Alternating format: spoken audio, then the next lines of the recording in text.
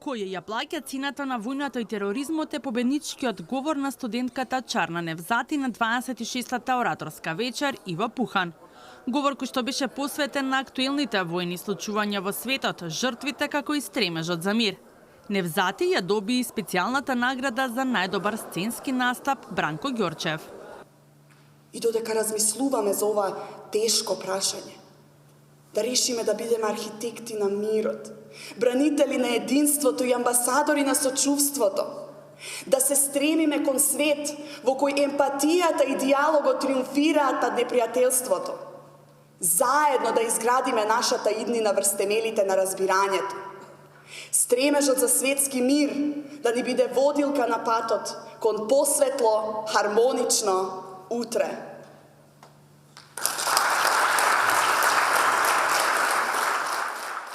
Чарна вели дека се помалку младите го искористуваат слободниот говор и правото да си го искажуваат мислењето.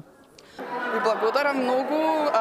Мислам дека сите што се пријавивме очекуваме да добиеме некаква награда, но на крајот на денот мене ми е награда што се пријавив на ова, што стигнав до финале, а ова е дополнителни награди и мило ми е што имав можност да работам со така квалитетни луѓе и професори.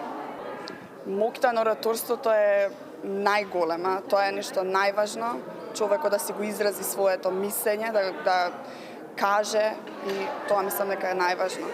Мислам дека се помалку и помалку било кој, не само студентите, сите го искористуваат моќта за зборување и за пренесување на порака се помалце и помалце, што мислам дека е лошо и мислам дека треба да се засили и сите да си го искажуваат мислењето. И по овие награди само дополнително ќе ме поттикнат, да кажам, во мојата ораторска кариера, да кажам, и многу ми значи што ги добив и тоа е. Малку време со оглед на тоа што јас го напишав говорот и веќе го знаев и го чувствував, така да, ама подготовките што се подготувавме со професорите исто така трае недела, две, така.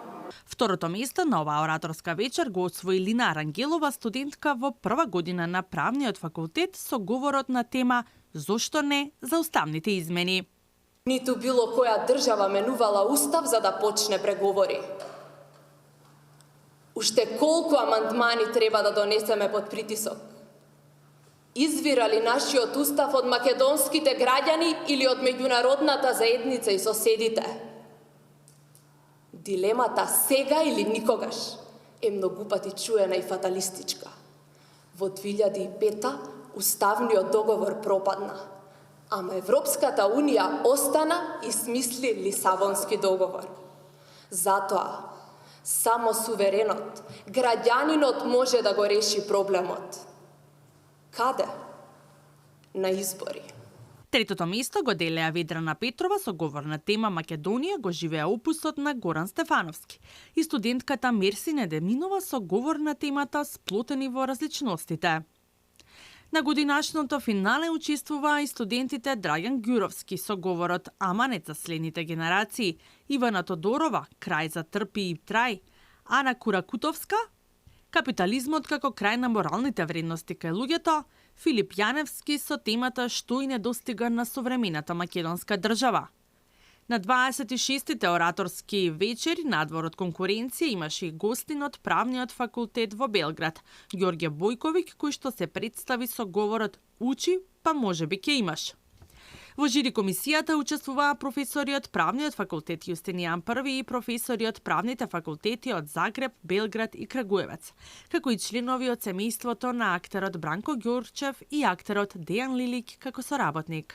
Ораторската вечер е традиционална манифестација на правниот факултет Јустинијан I, што се спроведува како надпревар по говорништво.